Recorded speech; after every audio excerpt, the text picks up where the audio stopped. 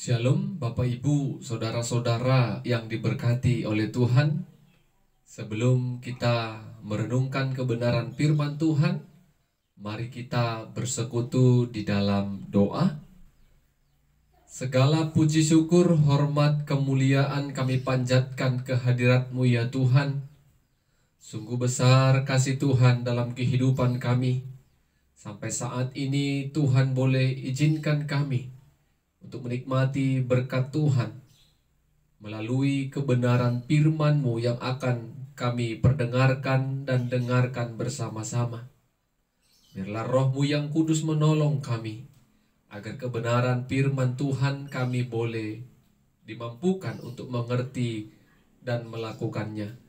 Dalam nama Yesus kami berdoa dan mengucap syukur kepada Tuhan. Amin. Bapak Ibu Saudara-saudara yang diberkati oleh Tuhan, firman Tuhan bagi kita pada saat ini dari 1 Korintus pasal pertama ayat 18 sampai ayatnya yang ke-25. 1 Korintus pasal yang pertama ayat 18 sampai ayatnya yang ke-25. Kami akan bacakan firman Tuhan bagi kita, demikianlah firman-Nya. Sebab pemberitaan tentang salib memang adalah kebodohan bagi mereka yang akan binasa. Tetapi bagi kita yang diselamatkan, pemberitaan itu adalah kekuatan Allah. Karena ada tertulis, aku akan membinasakan hikmat orang-orang berhikmat, dan kearifan orang-orang bijak akan kulenyapkan. Di manakah orang yang berhikmat? Di manakah ahli Taurat? Bukankah Allah telah membuat hikmat dunia ini menjadi kebodohan? Oleh karena dunia dalam hikmat Allah tidak mengenal Allah oleh hikmatnya, maka Allah berkenan menyelamatkan mereka yang percaya kepada pemberitaan Injil. Orang-orang Yahudi mengkehendaki tanda, dan orang-orang Yunani mencari hikmat. Tetapi kami memberitakan Kristus yang disalibkan. Untuk orang-orang Yahudi suatu batu sandungan, dan untuk orang-orang bukan Yahudi suatu kebodohan. Tetapi untuk mereka yang dipanggil, baik orang Yahudi maupun orang bukan Yahudi, Kristus adalah kekuatan Allah dan hikmat Allah. Sebab yang bodoh dari Allah lebih besar hikmatnya daripada manusia, dan yang lemah dari Allah lebih kuat daripada manusia. Amin. Bapak Ibu Saudara-saudara, tema firman Tuhan bagi kita pada saat ini, hikmat Allah bukan hikmat manusia. Hikmat Allah bukan hikmat manusia.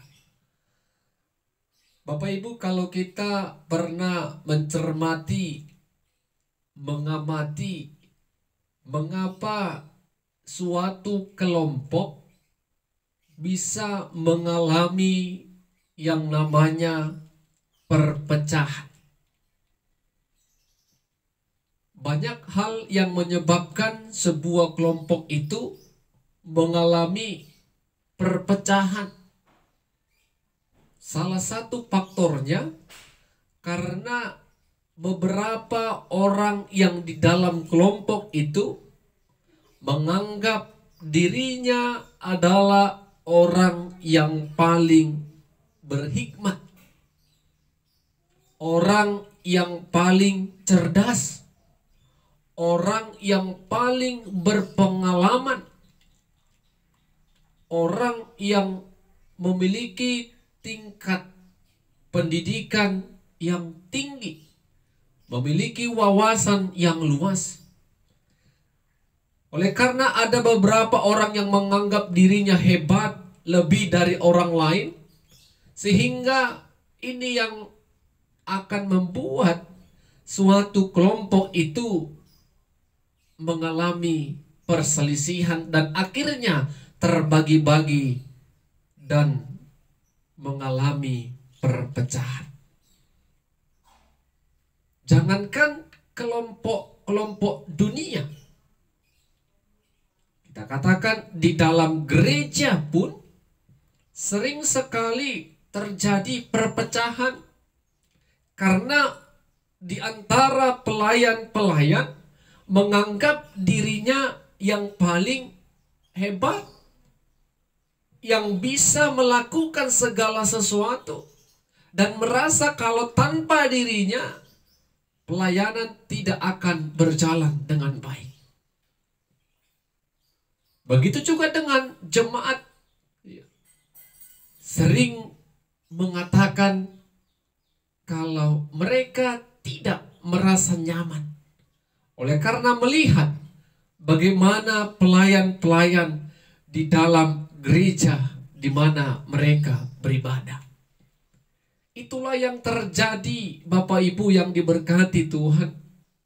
Kalau kita baca 1 Korintus pasal 1 ayat 10 sampai 17. Rasul Paulus tegaskan bagi jemaat yang ada di kota Korintus, jangan sampai perpecahan dalam jemaat terjadi. Karena di antara jemaat Korintus ada yang mengatakan, aku golongan Apolos, aku golongan Kepas, aku golongan Paulus. Kalau itu yang terjadi Bapak Ibu, maka pasti jemaat yang ada di kota Korintus perlahan-perlahan akan mengalami perpecahan. Paulus tegaskan, bukan orang yang memberitakan Injil yang menjadi fokus utama kita. Tetapi yang menjadi fokus utama adalah Injil, yaitu Kristus Yesus yang telah mati di kayu salib. Itulah pemberitaan yang harus kita imani. Bukan persoalan siapa yang memberitakan, dan orang yang memberitakan itu seolah-olah kita agungkan, kita kagumi, dan kita hormati melebihi dari Injil yang telah disampaikan kepada kita. Tak kalah juga di gereja sering kita mendapatkannya Bapak Ibu. Datang jemaat, aku suka pendeta A. Datang pelayan majelis, aku suka pendeta B. Datang yang lain, aku suka pendeta C. Yang menjadi kesukaannya adalah orang yang memberitakan salib Kristus, orang yang memberitakan Injil. Kalau itu yang kita kerjakan, maka lambat laun akan terjadi perpecahan. Kalau setiap jemaat dan para pelayan fokus dan terarah kepada siapa? Tentu kepada Kristus Yesus yang merupakan Injil, yang menjadi pusat pemberitaan yang disampaikan oleh pelayan-pelayan Tuhan. Jadi fokus kita adalah Tuhan Yesus yang telah mati di kayu salib, yang telah menyelamatkan kita, dan itu yang disebut sebagai Injil. Sehingga Bapak Ibu yang diberkati Tuhan, kalau Injil menjadi pusat perhatian kita dalam sebuah pelayanan, maka tidak akan terjadi konflik di antara kita.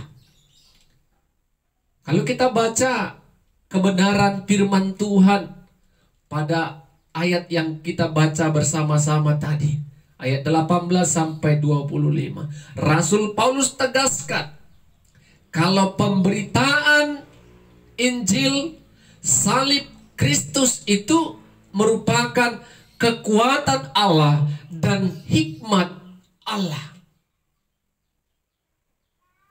Salib Kristus atau pemberitaan Injil itu adalah kekuatan Allah dan hikmat Allah.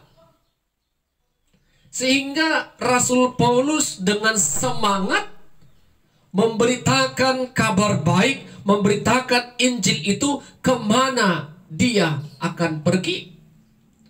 Walaupun bagi sebagian kelompok seperti orang Yahudi katakan pemberitaan Injil itu seperti sebuah batu sandungan. Bagi non-Yahudi, pemberitaan Injil itu seperti sebuah kebodohan. Orang-orang Yahudi mencari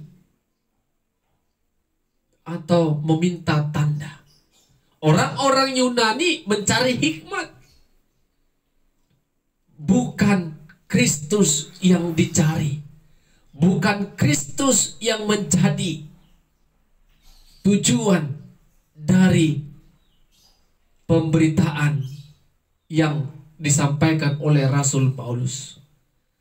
Jadi Rasul Paulus juga katakan, Bapak Ibu Saudara-saudara, hikmat yang dimiliki oleh manusia yang tidak berkenan di hadapan Allah akan dilenyapkan. Begitu juga dengan kearifan, akan dimusnahkan.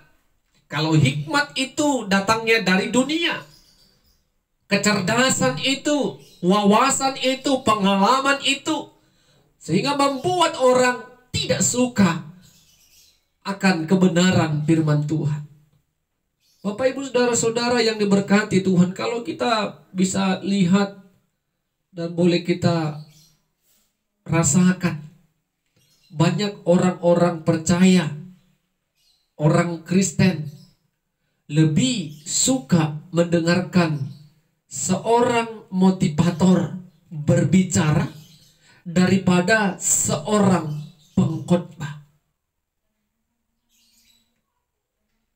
Padahal motivator menyampaikan kata-kata semangat, kata-kata bijaksana yang mungkin menurut pengalaman dirinya dan mungkin menurut ilmu yang telah dia pelajari dan mungkin menurut pengalaman orang lain dia sampaikan sehingga orang yang mendengarkannya terkesima. Tetapi mengapa orang tidak mau antusias mendengarkan seorang pengkhotbah menyampaikan kebenaran Tuhan? Banyak alasan dan kita bisa jawab dalam hati kita masing-masing. Tetapi kalau kita lebih suka mendengarkan seorang motivator daripada seorang pengkhotbah, itu salah benar.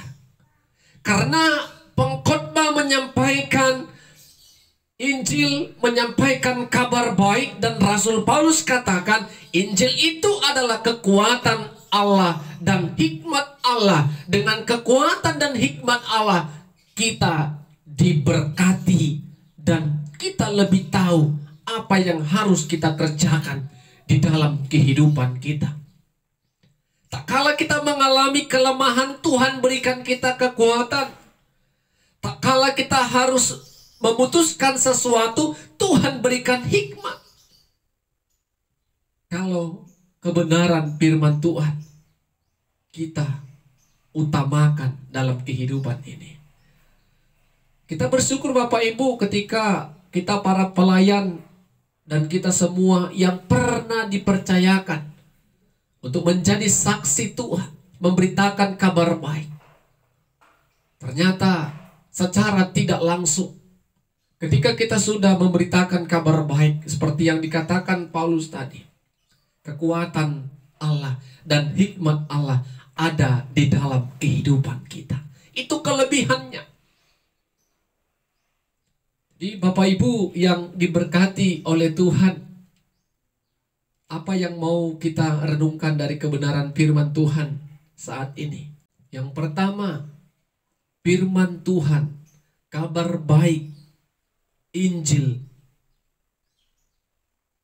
adalah kekuatan Allah dan hikmat Allah. Oleh karena itu, sukailah, gemarilah firman Tuhan ini lebih dari segalanya. Utamakanlah. Dengan kita mengutamakannya, menggemarinya, menyukainya, terlebih kita berdoa apa yang kita sukai firman Tuhan itu bisa kita kerjakan, maka kita akan memperoleh kekuatan yang dari Allah, kekuatan dalam menjalani setiap pergumulan, hikmat dalam memutuskan, dalam menimbang segala sesuatu pergumulan kita. Sehingga kita boleh perlahan untuk belajar dan terus belajar tentang kebenaran firman Tuhan. Yang kedua, jangan lebih suka membaca atau mendengar kata-kata seorang motivator, kata-kata bijaksana, daripada kata-kata yang tercantum dalam Alkitab ataupun kebenaran firman Tuhan. Firman Tuhan harus menjadi utama, tujuan utama dalam kehidupan kita. Kita boleh saja kagum kepada mereka yang cakap mengajar, yang cakap berbicara, yang punya banyak wawasan dan pengalaman. Tetapi ingatlah,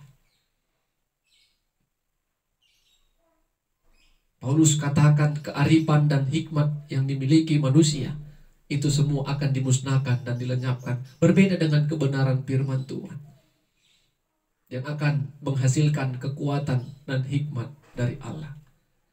Jadi begitu juga Bapak Ibu dalam kehidupan kita. Jangan pernah melihat orang yang menyampaikan, orang yang memberitakan, tetapi lihatlah apa yang menjadi pemberitaannya. Tentu kebenaran Tuhan. Kalau kebenaran Tuhan yang menjadi pemberitaan dan pusat pemberitaannya, kita akan tetap hidup dalam kesatuan. Amin, kita berdoa. Terima kasih Tuhan buat kasih-Mu yang telah melayakkan dan memampukan kami dan menuntun kami, membimbing kami untuk mendengar dan merenungkan firman-Mu. Roh Kudus Tuhan menolong kami untuk mengerjakannya. Di dalam nama Yesus kami berdoa dan bersyukur. Amin. Shalom. Tuhan Yesus memberkati kita semua. Shalom saudara-saudara, Bapak Ibu yang diberkati Tuhan. Sebelum kita merenungkan kebenaran firman Tuhan, mari kita bersekutu dalam doa.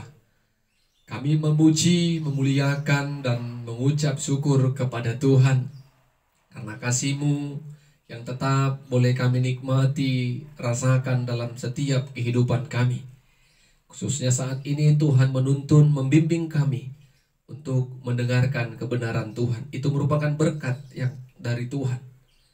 Ketika kami akan memperdengarkan dan mendengarkan firman-Mu, biarlah hikmat Tuhan melalui pertolongan Roh-Mu yang kudus menolong kami untuk dapat mengerti dan melakukan firman-Mu. Dalam nama Yesus kami berdoa dan bersyukur. Amin. Saudara-saudara, Bapak Ibu yang diberkati Tuhan, firman Tuhan menyapa kita pada saat ini. Mazmur pasal 107 ayat 17 sampai 22. Mazmur pasal 107 ayat 17 sampai 22. Kami akan bacakan kebenaran firman Tuhan bagi kita. Demikianlah firman-Nya. Ada orang-orang menjadi sakit oleh sebab kelakuan mereka yang berdosa, dan disiksa oleh sebab kesalahan-kesalahan mereka. Mereka muak terhadap segala makanan, dan mereka sudah sampai pada pintu gerbang maut. Maka berseru-serulah mereka kepada Tuhan dalam kesesakan mereka, dan diselamatkannya mereka dari kecemasan mereka. Disampaikannya firman-Nya dan disembuhkannya mereka. Diluputkannya mereka dari liang kubur. Biarlah mereka bersyukur kepada Tuhan karena kasih setia-Nya, karena perbuatan-perbuatannya yang ajaib terhadap anak-anak manusia. Biarlah mereka mempersembahkan korban syukur dan menceritakan pekerjaan-pekerjaannya dengan sorak-sorai. Amin. Bapak Ibu yang diberkati oleh Tuhan, tema firman Tuhan bagi kita pada saat ini, bersyukur karena kasih Tuhan. Bersyukur karena kasih Tuhan. Saudara-saudara, apa yang dilakukan oleh seseorang ketika seseorang itu merasakan berkat bahkan pertolongan Tuhan. Tentu secara spontan kita katakan pasti dia akan mengucap syukur. Benar. Sebagian orang datang ketika dia merasakan berkat Tuhan mengucap syukur. Tetapi ada juga sebagian orang ketika dia diselamatkan, ditolong, bahkan diberkati Tuhan, dipulihkan Tuhan, dia tidak datang kepada Tuhan mengucap syukur. Dia lupa untuk kembali datang kepada Tuhan, bersyukur dan bersorak-sorai. Tetapi bagi kita yang merasakan kebaikan, pertolongan yang dari Tuhan, tentu bersyukur itu bukan hanya satu kali. Hari ini kita ditolong, jadi hari ini kita bersyukur. Besok kita tidak bersyukur, bukan. Bersyukur kepada Tuhan itu adalah bersyukur yang berulang-ulang. Kenapa berulang-ulang?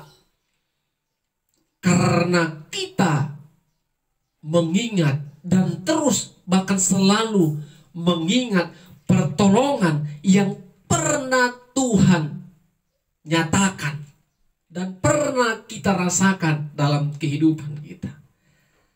Jadi orang percaya bukan bersyukur satu hari cukup. Bukan. Setiap hari, setiap saat, dikala kita mengingat segala pertolongan, kebaikan yang Tuhan pernah nyatakan dalam kehidupan kita. Kuncinya apa Bapak Ibu? Mengingat pertolongan dan kebaikan Tuhan. Jangan pernah melupakan, seolah-olah kita amnesia. Lupa pernah ditolong Tuhan. Kalau kita terus mengingat, maka teruslah kita datang mengucap syukur kepada Tuhan. Kalau kita baca apa yang disampaikan oleh pemazmur pasal 107, kalau kita baca pasal ini secara keseluruhan, bagaimana pemazmur merasakan atau melihat dan menyaksikan keadaan dirinya dan keadaan orang-orang di sekitarnya. Bagaimana keadaan yang dirasakan oleh manusia, keadaan yang ada di sekelilingnya ataupun yang dialaminya. Sakit, penyakit, pergumulan, bahkan dosa sekalipun, karena kasih Tuhan, Tuhan menyelamatkan, Tuhan memulihkan, dan Tuhan memberkati. Tuhan menolong dalam situasi apapun yang dirasakan oleh pemazmur. Dia terus mengingat kebaikan dan pertolongan Tuhan. Sehingga dia katakan, dia bersorak-sorai, dia bersyukur dan datang kepada Tuhan. Dikala dia mengingat setiap pengorbanan, kebaikan Tuhan dalam kehidupannya. Kalau kita baca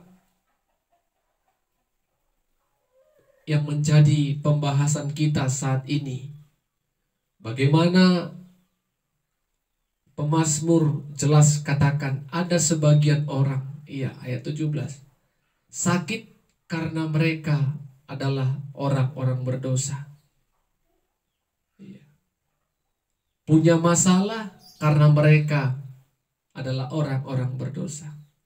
Ya, terkadang Bapak Ibu kalau kita nikmati, gumuli apa yang dikatakan pemazmur ini benar. Terkadang ada penyakit itu karena kita sendiri yang membuatnya. Mungkin kita tidak pandai menjaga kesehatan. Tetapi pemazmur katakan ada juga orang yang sakit itu karena dosa. Ada orang yang punya pergumulan masalah itu karena dosa. Dosa bukan menjadi ketakutan di dunia akhirat, tetapi dosa juga bisa mengancam tubuh jasmani atau kesehatan fisik kita. Itu yang dikatakan pemazmur.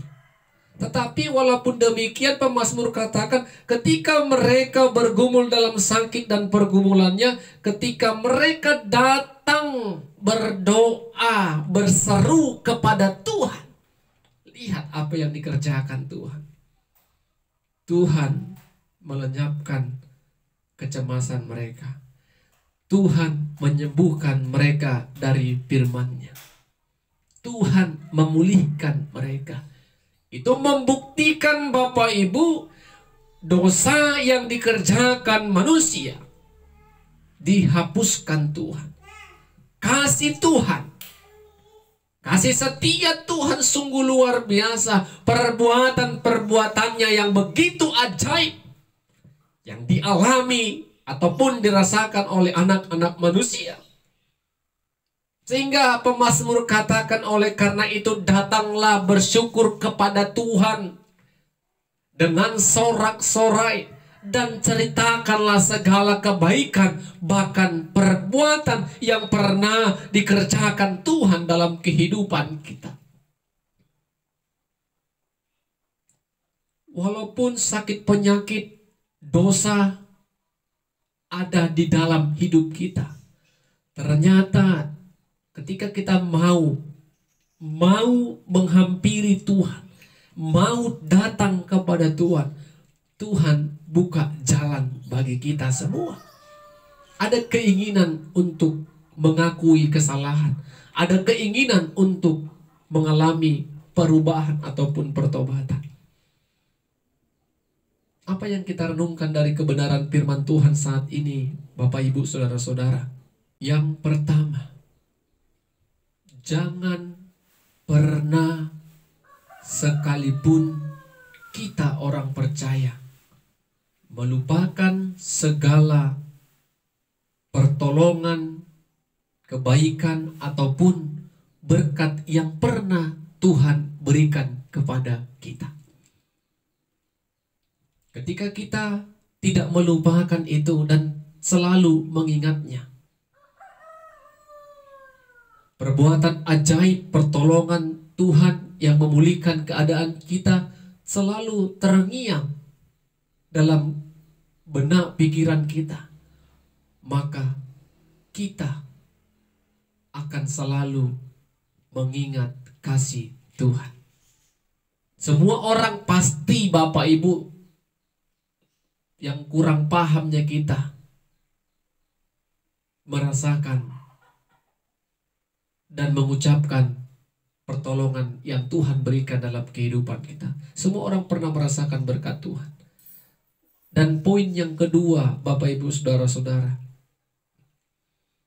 hiduplah dengan rasa syukur kepada Tuhan.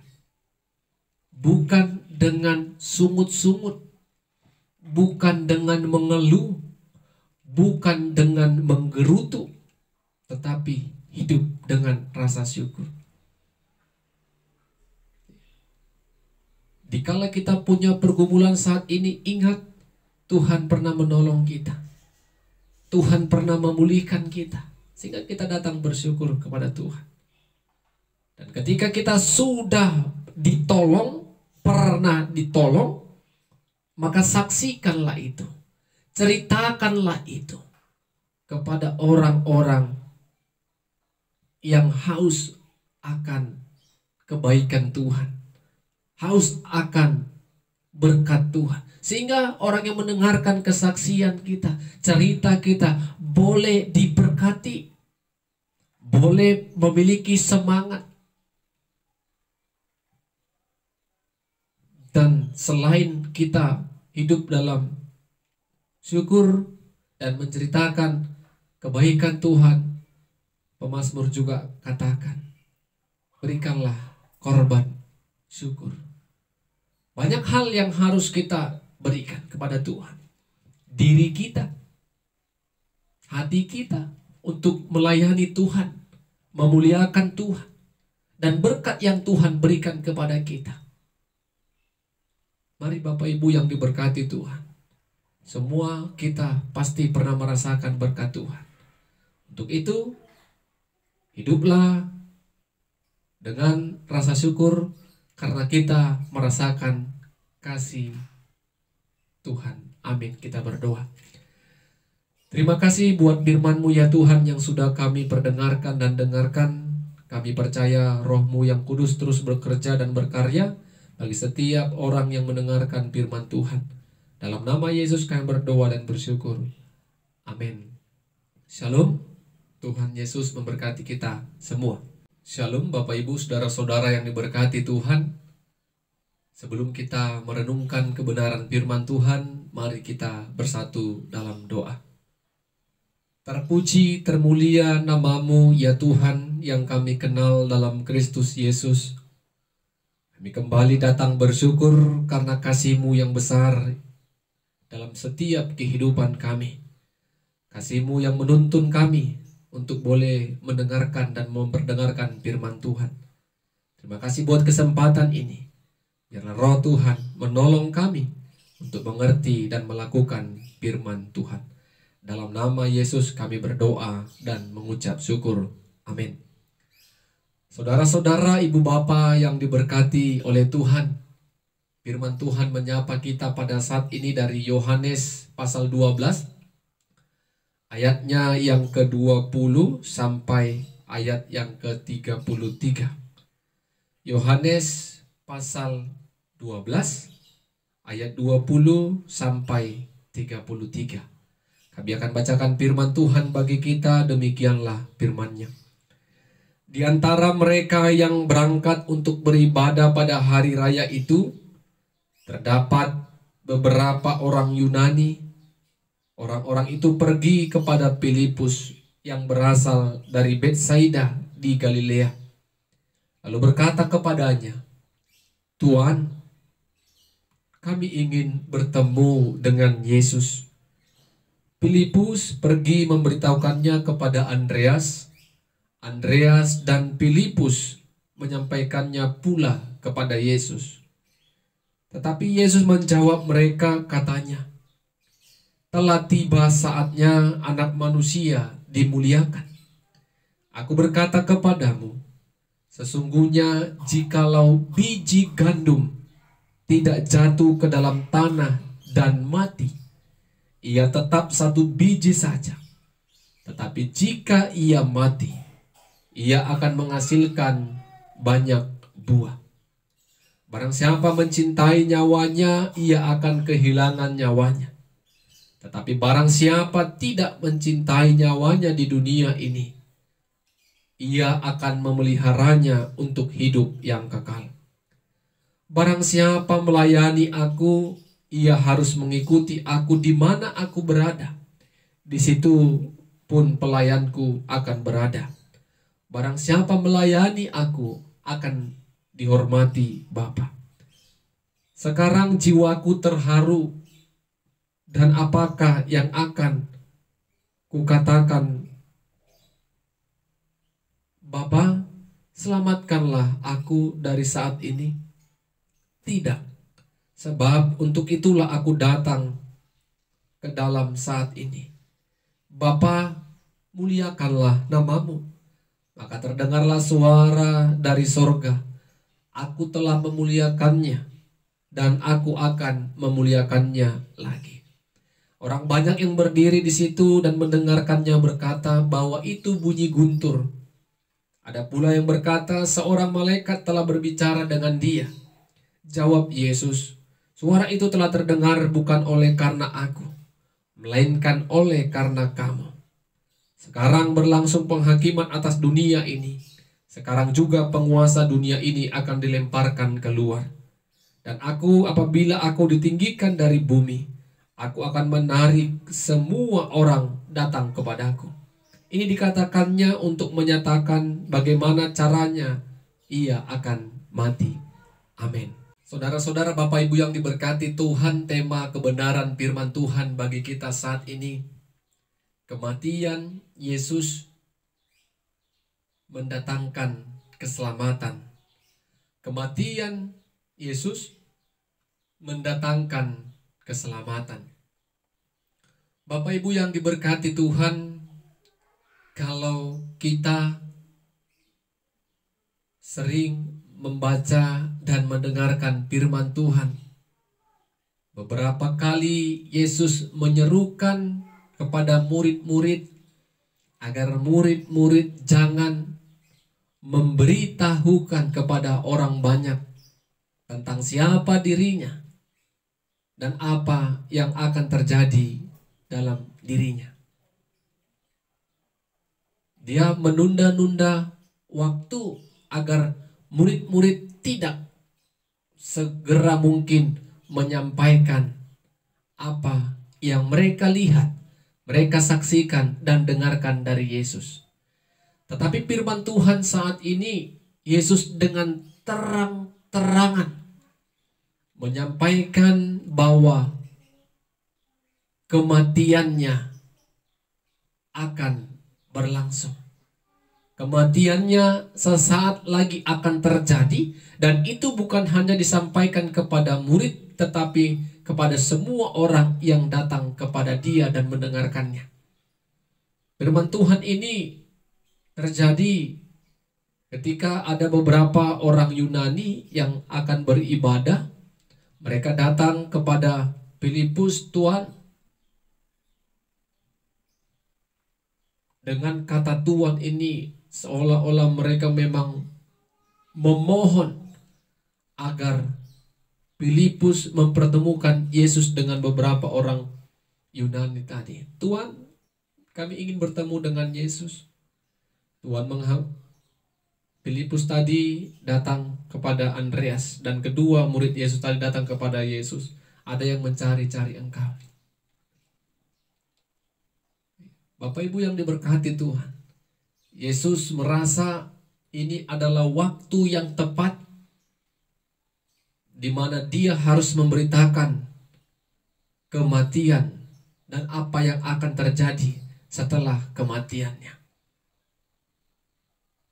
Kalau kita melihat mengapa orang-orang Yunani, beberapa orang Yunani mencari Yesus, karena mereka ingin melihat, menyaksikan secara langsung, yang mungkin mereka hanya mendengar kabar tentang mujizat yang dilakukannya.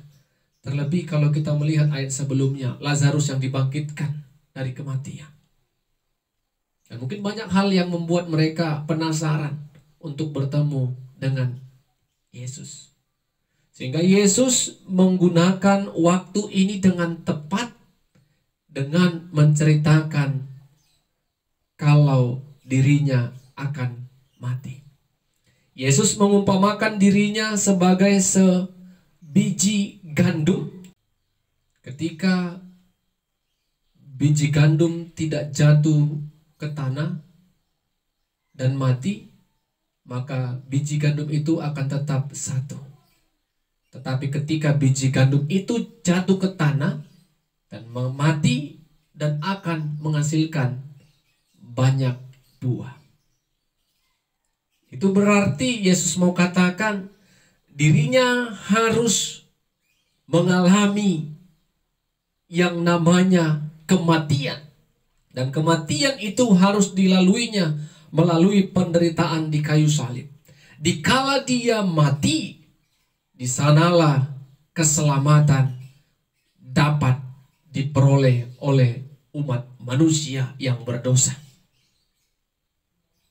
Bapak Ibu yang diberkati oleh Tuhan, apakah Yesus tidak bergumul tentang penderitaan dan kematiannya ini? Dia benar-benar bergumul.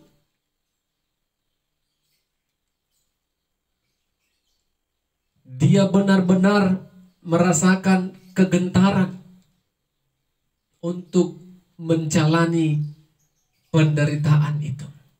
Tetapi apa yang dikatakan Yesus? Memang untuk itulah aku datang ke tengah-tengah dunia ini. Yesus sadar, Yesus paham kedatangannya ke tengah-tengah dunia ini adalah utusan Allah yang menyelamatkan manusia. Dan keselamatan itu tidaklah mudah, tetapi harus melalui penderitaan kematiannya di kayu salib. Yesus berseru, "Ya Allah, muliakanlah namamu. Aku telah memuliakannya dan akan memuliakannya lagi." Melalui kematian Kristus nama Tuhan dipermuliakan. Setelah peristiwa kematian, peristiwa kebangkitan, nama Tuhan kembali dipermuliakan. Jadi jangan pernah kita berpikir Yesus tidak bergumul. Dia bergumul, tetapi dia akui kalau kedatangannya ke tengah-tengah dunia ini memang harus mengalami penderitaan.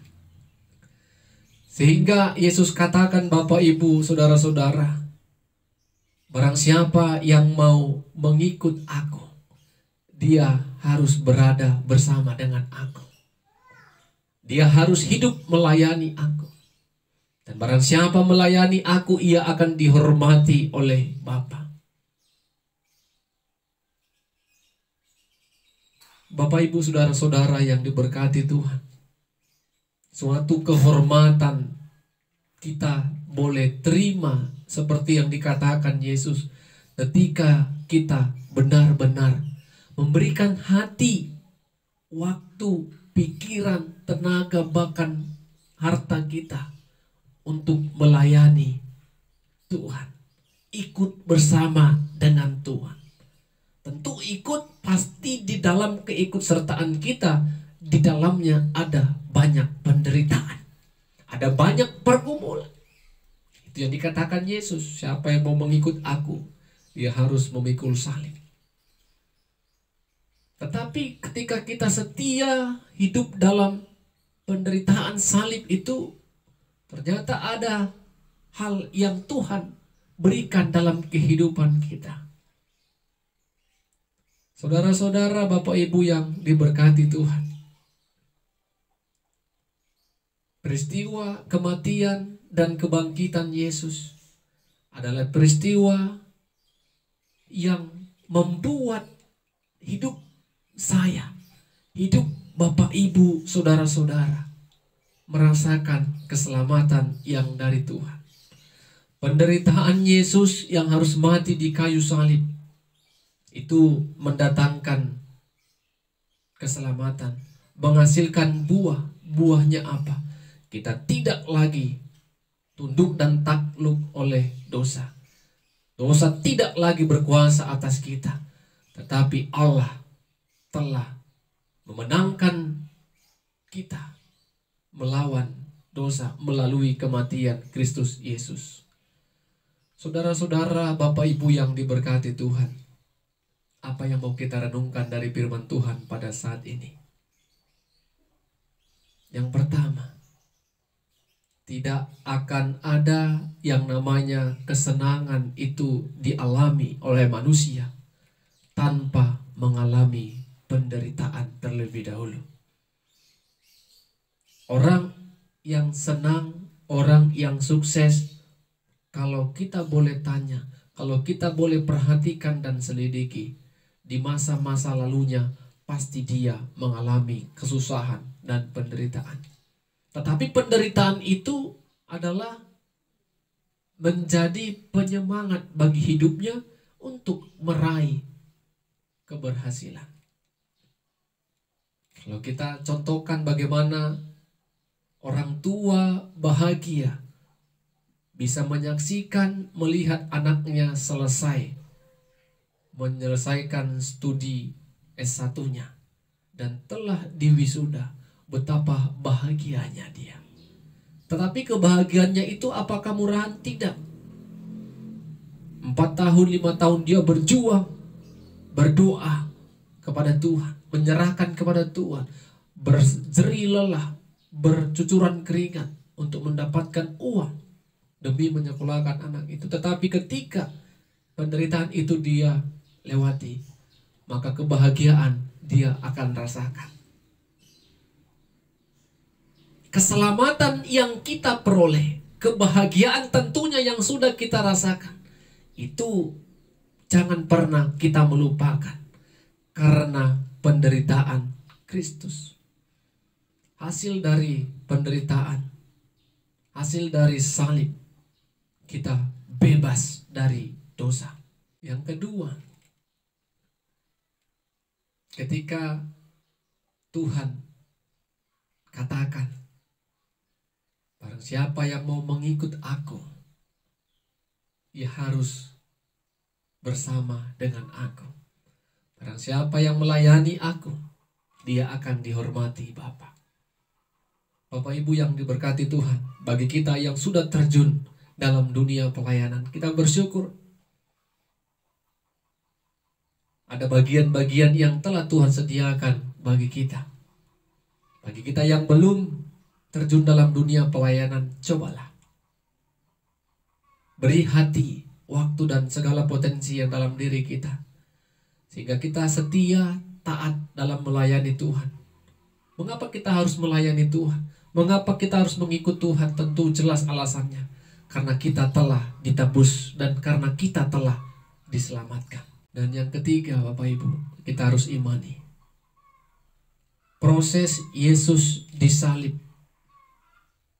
adalah proses yang begitu sangat penuh dengan ketakutan, kegentaran, dan kecemasan.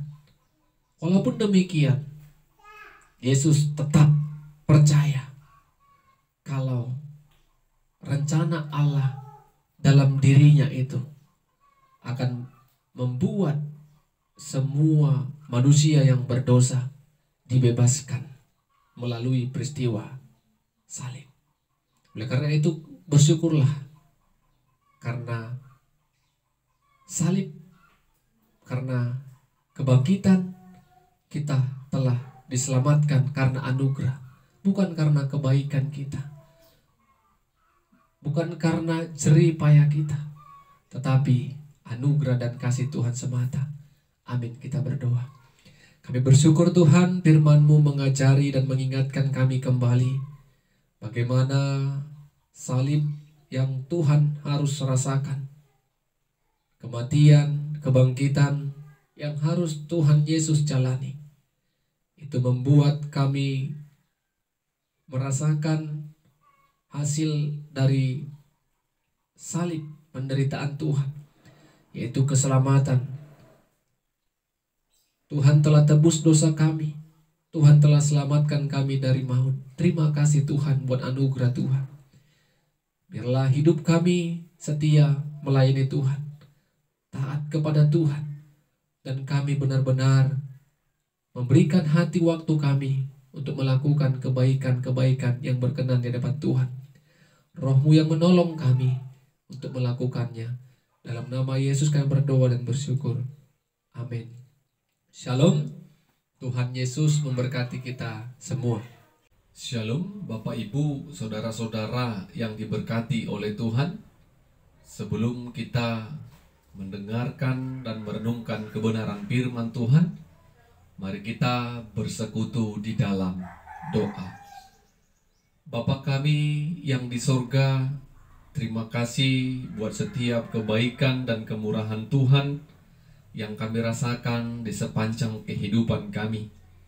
Kami bersyukur Roh-Mu yang kudus terus memimpin kami untuk memperdengarkan dan mendengarkan firman-Mu ya Tuhan. Biarlah hati dan pikiran kami dipenuhi dengan kuasa Roh-Mu, sehingga kami boleh mengerti dan dimampukan untuk melakukannya. Dalam nama Yesus kami berdoa dan mengucap syukur kepada Tuhan. Amin. Saudara-saudara, Bapak Ibu yang diberkati Tuhan, firman Tuhan menyapa kita pada saat ini dari Mazmur pasal 72, ayat yang pertama sampai ayatnya yang ke-11. Mazmur pasal 72, ayat yang pertama sampai ayatnya yang ke-11. Kami akan bacakan kebenaran firman Tuhan bagi kita. Demikianlah firman-Nya. Doa harapan untuk Raja dari Salomo. Ya Allah, berikanlah hukum-Mu kepada Raja dan keadilan-Mu kepada putra Raja. Kiranya ia mengadili umat-Mu dengan keadilan dan orang-orang-Mu yang tertindas dengan hukum. Kiranya gunung-gunung membawa damai sejahtera bagi bangsa, dan bukit-bukit membawa kebenaran. Kiranya Ia memberi keadilan kepada orang-orang yang tertindas dari bangsa itu, menolong orang-orang miskin, tetapi meremukkan pemeras-pemeras. Kiranya lanjut umurnya selama ada matahari, dan selama ada bulan turun-temurun. Kiranya Ia seperti hujan yang turun ke atas padang rumput, seperti dirus hujan yang menggenangi bumi. Kiranya keadilan berkembang dalam zamannya, dan damai sejahtera berlimpah sampai tidak ada lagi bulan. Kiranya Ia memerintah dari laut ke laut, dari sungai Efrat sampai ke ujung bumi. Kiranya penghuni padang belantara berlutut di depannya, dan musuh-musuhnya menjilat debu. Kiranya raja-raja dari Tarsis dan pulau-pulau membawa persembahan-persembahan. Kiranya raja-raja dari Seba dan Seba menyampaikan upeti. Kiranya semua raja sujud menyembah kepadanya, dan segala bangsa menjadi hambanya. Amin. Saudara-saudara, Bapak Ibu yang diberkati oleh Tuhan, tema kebenaran firman Tuhan pada saat ini, pentingnya berdoa untuk pemerintahan. Pentingnya berdoa untuk pemerintahan. Sebagai warga negara Indonesia, tentu saudara-saudara, Bapak Ibu yang diberkati Tuhan, kita pasti merindukan pemerintahan yang dipercayakan oleh pemimpin-pemimpin, mulai dari tingkat pusat sampai tingkat daerah, dapat menjadi solusi dalam setiap pergumulan masalah yang dialami oleh masyarakat.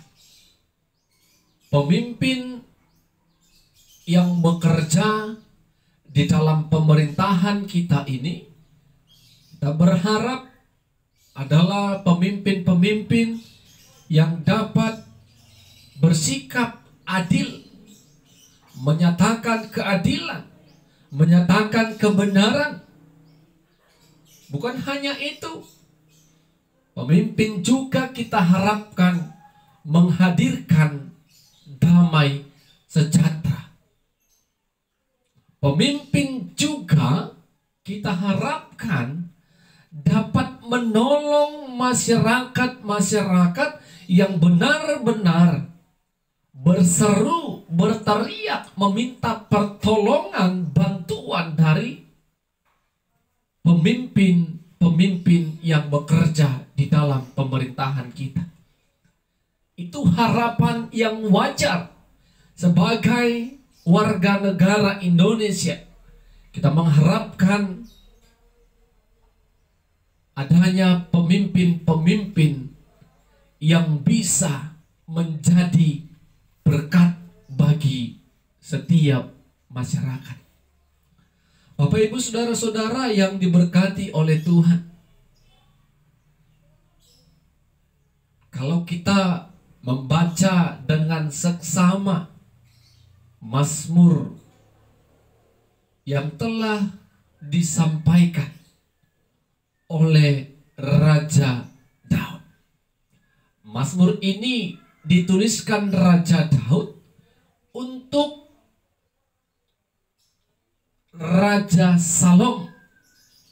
Di Mazmur ini seperti sebuah doa dan harapan kepada raja yang akan melanjutkan kepemimpinan, yaitu anaknya sendiri, yaitu Raja Salomo. Di dalam Mazmur ini sangat terlihat dengan jelas bagaimana segala harapan-harapan disampaikan oleh Daud agar Salomo menjadi raja yang bisa membawa damai sejahtera, membawa keadilan, membawa pertolongan kepada setiap masyarakat yang dipimpinnya. Kalau kita lihat Bapak Ibu, perkata-perkata, ada kata kiranya. Ya, ini adalah sebuah harapan. Kiranya raja itu bisa menghadirkan damai sejahtera. Raja itu bisa bertindak adil. Raja itu bisa menolong.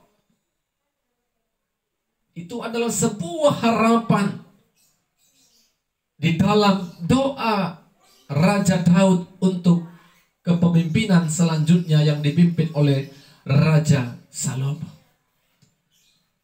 Daud rindu ketika Salomo duduk sebagai raja. Dia bisa menjadi solusi, jawaban dari setiap pergumulan-pergumulan yang sedang dialami oleh rakyat dan yang akan dialami oleh rakyat yang dipimpinnya. Tentu menyatakan keadilan.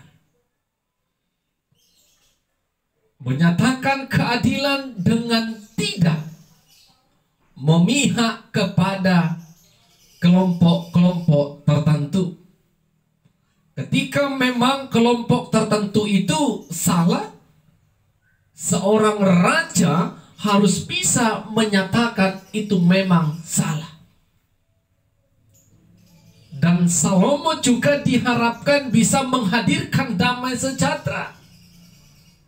Bukan kegelisahan, bukan kericuhan ketika dia memimpin sebagai raja. Salomo juga diharapkan bisa menolong setiap masyarakat yang membutuhkan pertolongannya. Bukan memeras, bukan mengambil yang bukan bagiannya, tetapi memang benar-benar melihat apa yang menjadi pergumulan, kebutuhan setiap rakyat yang dipimpinnya. Bapak Ibu yang diberkati oleh Tuhan, tentu apa yang menjadi harapan Raja Daud kepada Tuhan ketika Salomo menjadi raja, itu yang menjadi setiap kerinduan umat. Kita mau pemerintahan ini dipimpin oleh orang-orang yang benar takut akan Tuhan. Itu kerinduan. Tetapi kerinduan itu tidak bisa kita bayangkan, tidak bisa hanya kita ucapkan, tetapi perlu di dalam pergumulan doa kita.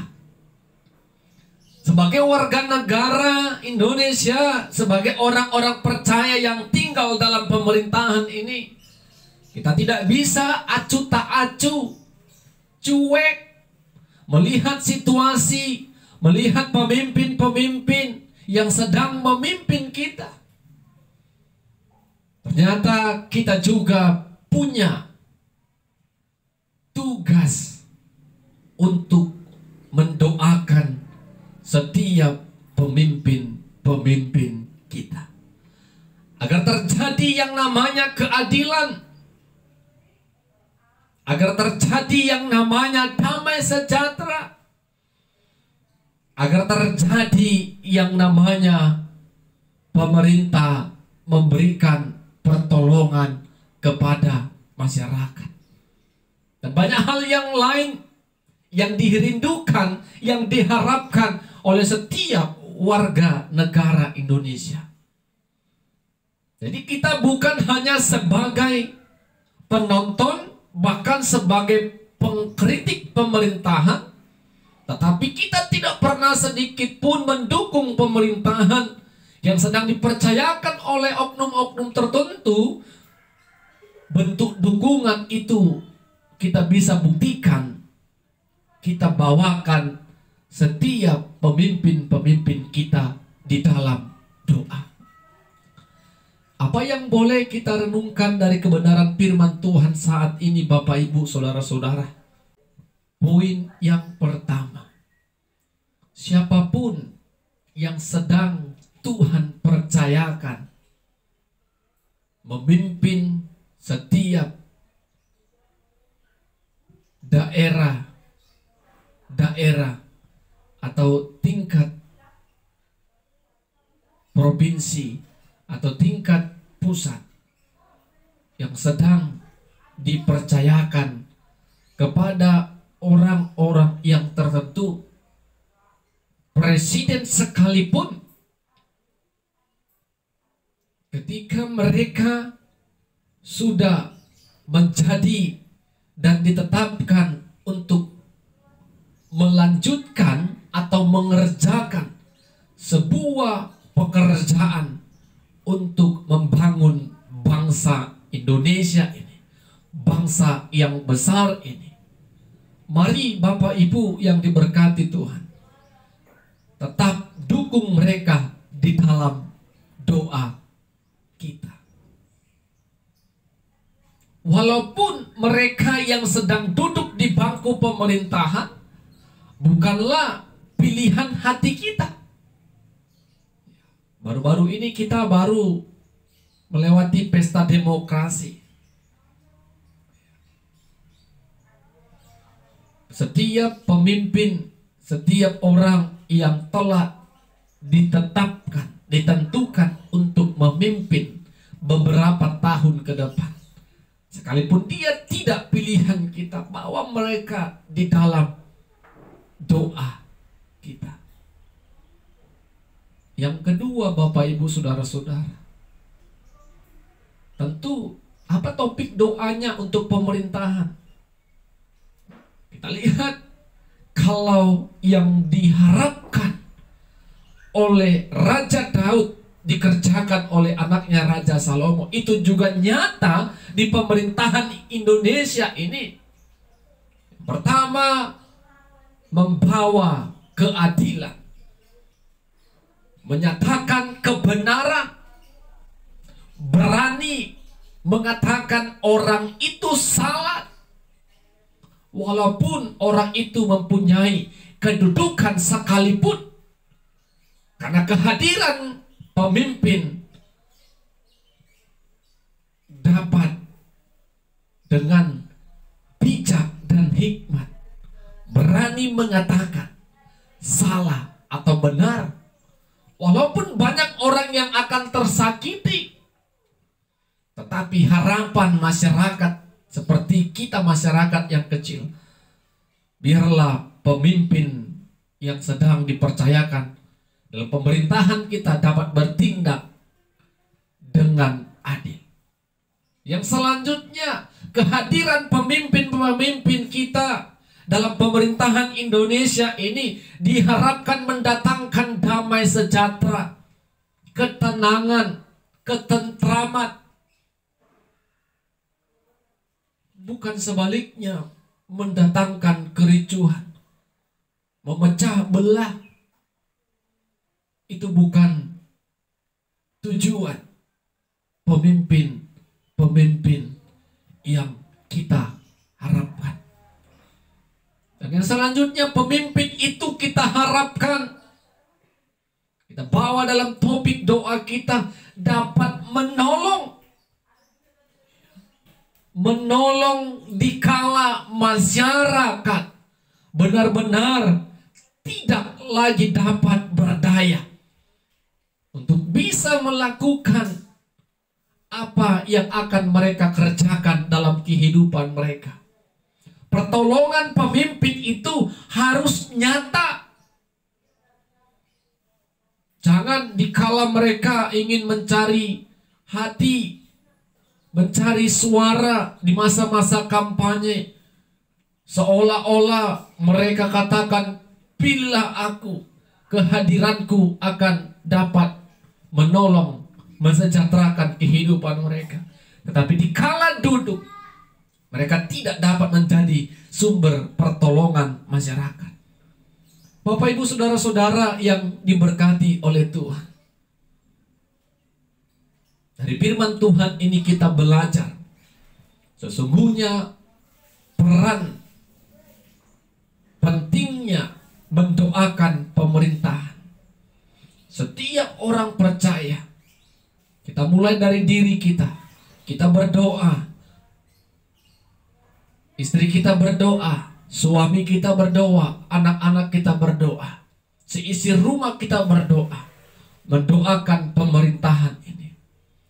Semakin banyak orang yang berdoa agar pemerintahan yang dipimpin oleh pemimpin-pemimpin yang telah ditetapkan itu boleh memimpin dengan takut akan Tuhan, memimpin dengan hikmat Tuhan, memimpin dengan segala kerendahan hati, sehingga apa yang kita harapkan, apa yang kita rindukan dapat menjadi sebuah kenyataan. Mari Bapak Ibu, kita harus ikut campur tangan dalam mendukung mereka. Bawa pemimpin-pemimpin kita, bawa pemerintahan di mana kita tinggal saat ini di dalam doa kita. Amin, kita berdoa. Terima kasih buat berkat-Mu ya Tuhan. Sungguh Engkau baik dalam kehidupan kami. Kami percaya melalui Mazmur yang telah kami renungkan dan dengarkan bersama-sama, kami merindukan pemimpin-pemimpin yang dapat menjadi jawaban dalam setiap persoalan, masalah yang dialami oleh masyarakat, terlebih dalam keadilan, damai sejahtera, dan pertolongan. Kami rindu setiap pemimpin-pemimpin yang sedang Tuhan tetapkan dan percayakan untuk ambil bagian dalam pemerintahan Indonesia ini. Biarlah mereka memiliki hati yang mau melayani, hati yang penuh hikmat dan bijaksana, hati yang takut akan Tuhan, sehingga mereka boleh menjadi perpanjangan tangan Tuhan untuk menghadirkan damai sejahtera bagi kami masyarakat Indonesia. Terpuji nama-Mu, dalam nama Yesus kami berdoa dan mengucap syukur. Amin. Shalom. Tuhan Yesus memberkati kita semua. Shalom Bapak Ibu, saudara-saudara yang diberkati oleh Tuhan. Sebelum kita merenungkan dan mendengarkan firman Tuhan, mari kita bersekutu di dalam doa. Segala puji dan syukur, hormat, kemuliaan kami panjatkan kehadirat-Mu ya Tuhan. Besar kasih setia Tuhan di sepanjang kehidupan kami. Kasih-Mu yang mengajarkan kami untuk tetap hidup di dalam ketetapan dan kehendak Tuhan. Terima kasih buat pimpinan Roh-Mu yang sampai pada saat ini menuntun kami untuk memperdengarkan dan mendengarkan firman Tuhan. Biarlah hati dan pikiran kami dipenuhi dengan kuasa Roh-Mu yang kudus. Dalam nama Yesus kami berdoa dan mengucap syukur. Amin. Saudara-saudara, Bapak Ibu yang diberkati oleh Tuhan, firman Tuhan menyapa kita pada saat ini dari Markus pasal 16 ayat yang pertama sampai ayatnya yang ke-8. Markus pasal 16 ayat pertama sampai ayatnya yang ke-8. Kami akan bacakan firman Tuhan bagi kita. Demikianlah firman-Nya. Setelah lewat hari Sabat, Maria Magdalena dan Maria ibu Yakobus serta Salome membeli rempah-rempah untuk pergi ke kubur dan meminyaki Yesus. Dan pagi-pagi benar pada hari pertama minggu itu, setelah matahari terbit, pergilah mereka ke kubur. Mereka berkata seorang kepada yang lain, "Siapa yang akan menggulingkan batu itu bagi kita dari pintu kubur?" Tetapi ketika mereka melihat dari dekat, tampaklah batu yang memang sangat besar itu sudah terguling. Lalu mereka masuk ke dalam kubur dan mereka melihat seorang muda yang memakai jubah putih duduk di sebelah kanan. Mereka pun sangat terkejut. Tetapi orang muda itu berkata kepada mereka, "Jangan takut. Kamu mencari Yesus orang Nazaret yang disalibkan itu. Ia telah bangkit. Ia tidak ada di sini. Lihat, inilah tempat mereka membaringkan dia. Tapi sekarang pergilah, katakanlah kepada murid-muridnya dan kepada Petrus, ia mendahului kamu ke Galilea.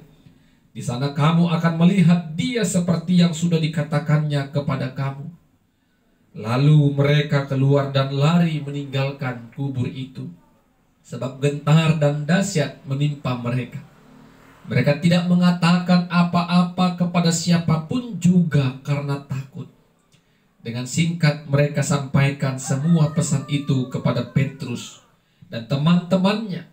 Sesudah itu Yesus sendiri dengan perantaraan murid-muridnya memberitakan dari timur ke barat berita yang kudus dan tak terbinasakan tentang keselamatan yang kekal itu. Amin.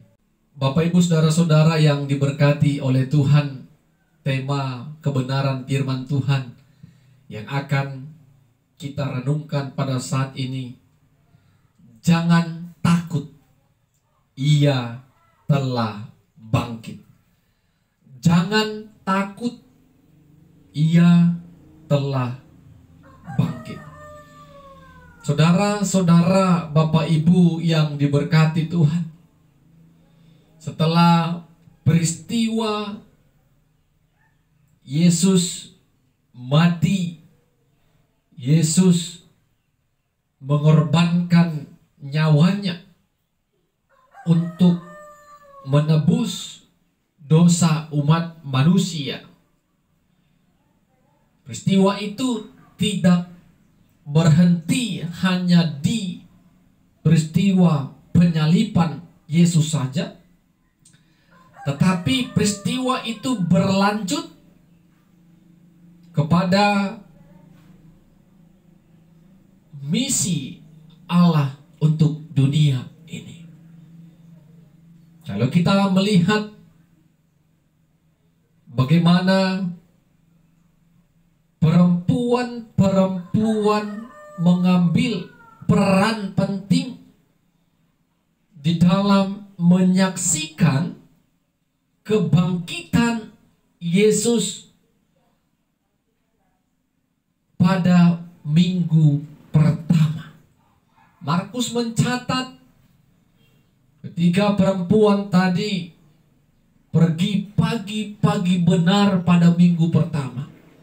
Dan ketika mereka melihat dari kejauhan batu yang begitu besar sudah terguling,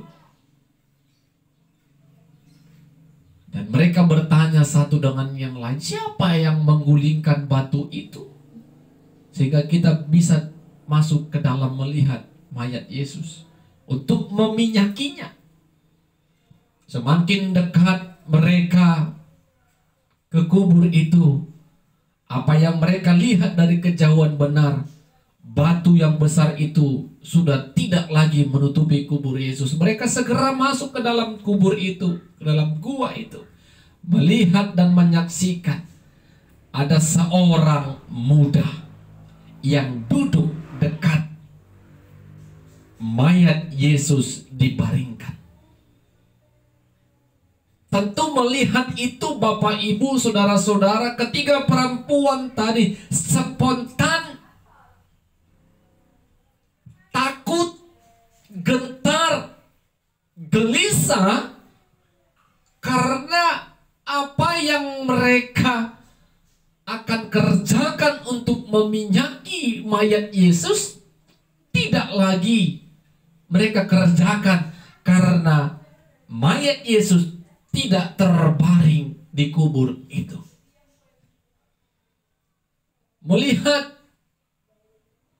perempuan-perempuan yang ada di kubur itu, seorang muda itu merupakan malaikat mengatakan kepada mereka, jangan takut.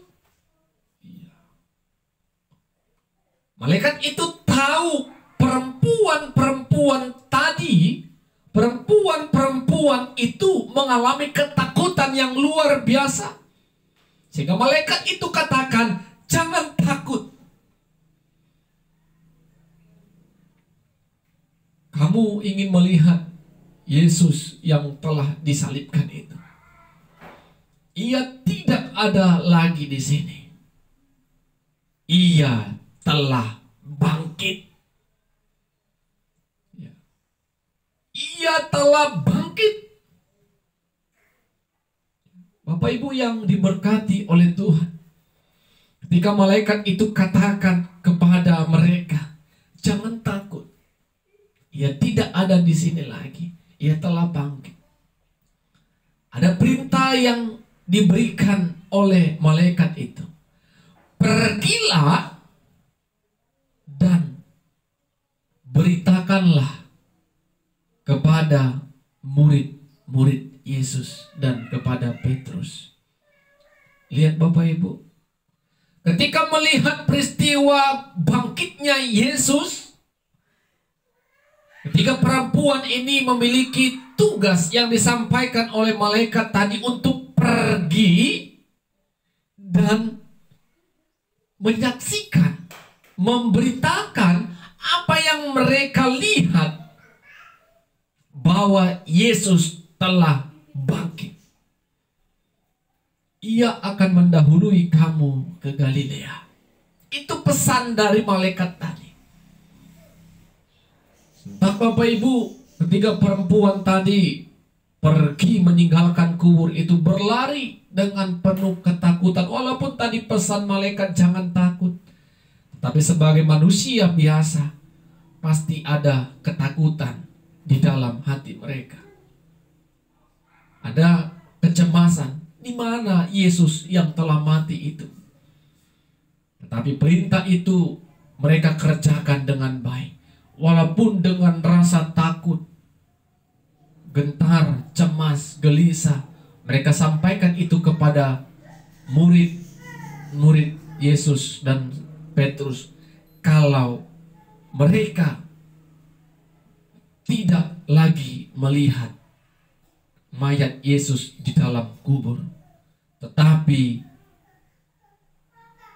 kata malaikat, ia telah bangkit. Bapak Ibu yang diberkati Tuhan, pemberitaan tentang kebangkitan Yesus itu pun berlanjut melalui perantaraan murid-murid Yesus, rasul-rasul yang telah ditetapkan oleh Yesus, melanjutkan perjalanan pelayanannya untuk memberitakan Injil. Dimampukan Tuhan untuk memberitakan Injil ke seluruh daerah. Dan itu tidak terlepas dari pertolongan Tuhan.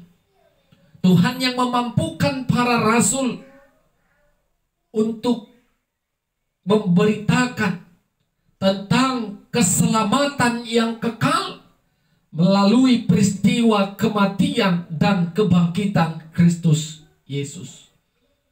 Bapak Ibu saudara-saudara yang diberkati Tuhan, apa yang mau kita renungkan dari kebenaran firman Tuhan pada saat ini? Poin yang pertama, peristiwa kebangkitan Yesus dari kematian membuat iman kita semakin teguh karena kematian Yesus adalah sebagai korban pengampunan dosa, korban penghapusan dosa yang seharusnya kita yang dihukum karena perbuatan dosa, tetapi darah Yesus yang telah menebus kita dari belenggu dosa.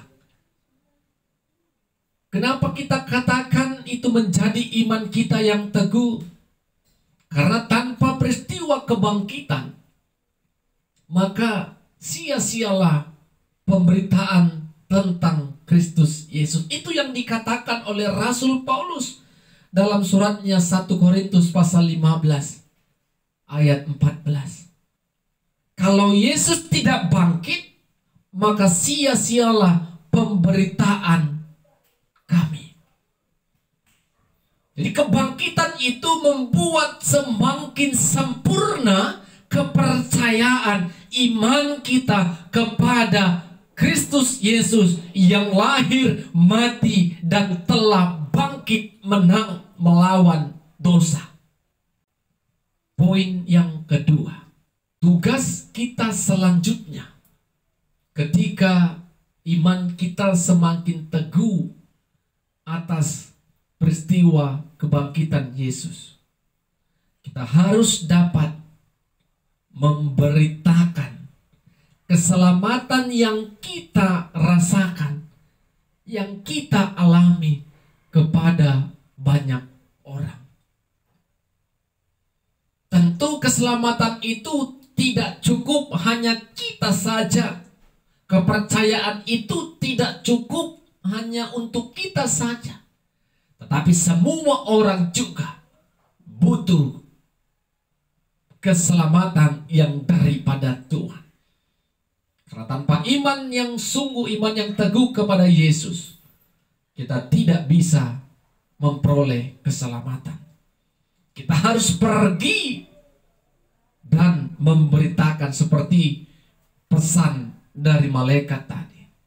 Bukan menjadi sebuah ketakutan. Orang yang sudah ditebus Yesus melalui darahnya yang kudus, bukan menjadi pribadi yang hidupnya dibayang-bayangi dengan ketakutan. Tetapi kita harus menjadi pribadi yang berani menghadapi situasi apapun yang sedang kita alami dan yang akan terjadi dalam kehidupan kita. Kita harus menjadi orang yang berani, pribadi yang tetap percaya dalam duka, pergumulan, suka, Tuhan ada bersama dengan kita. Bagaimana kita pergi dan memberitakannya? Tentu tidak semua kita cakap memiliki potensi untuk sebagai pemberita-pemberita Injil. Kita bisa buktikan itu, lakukan tugas itu melalui praktek kehidupan kita. Dengan melakukan perbuatan-perbuatan baik, perbuatan-perbuatan yang dikehendaki Allah, perbuatan-perbuatan yang bisa dirasakan secara langsung oleh orang-orang yang di sekitar kita, agar orang-orang itu melihat ada terang Kristus di dalam kehidupan kita. Ada Injil yang nyata dalam praktek kehidupan kita. Tentu Bapak Ibu, tanpa pertolongan Roh Tuhan kita tidak dapat melakukannya. Biarlah Roh Kudus yang menolong kita, memampukan kita untuk bisa memberitakan, untuk bisa melakukan tugas tadi, untuk bisa melakukan kebaikan-kebaikan yang dikehendaki Tuhan, sehingga banyak orang dan semakin banyak orang yang percaya dan mengenal Tuhan Yesus dalam hidupnya. Amin. Kita berdoa. Terima kasih Tuhan buat berkat-Mu. Pada saat ini kami bersyukur, memuji dan memuliakan Tuhan. Kami percaya peristiwa kebangkitan membuat iman kami semakin teguh.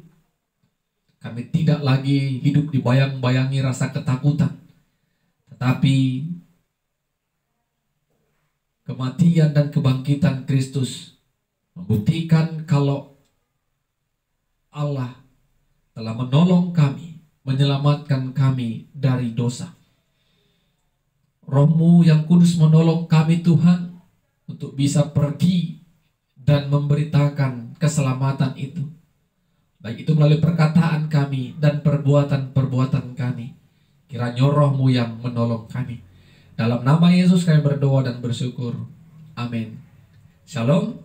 Tuhan Yesus memberkati kita semua.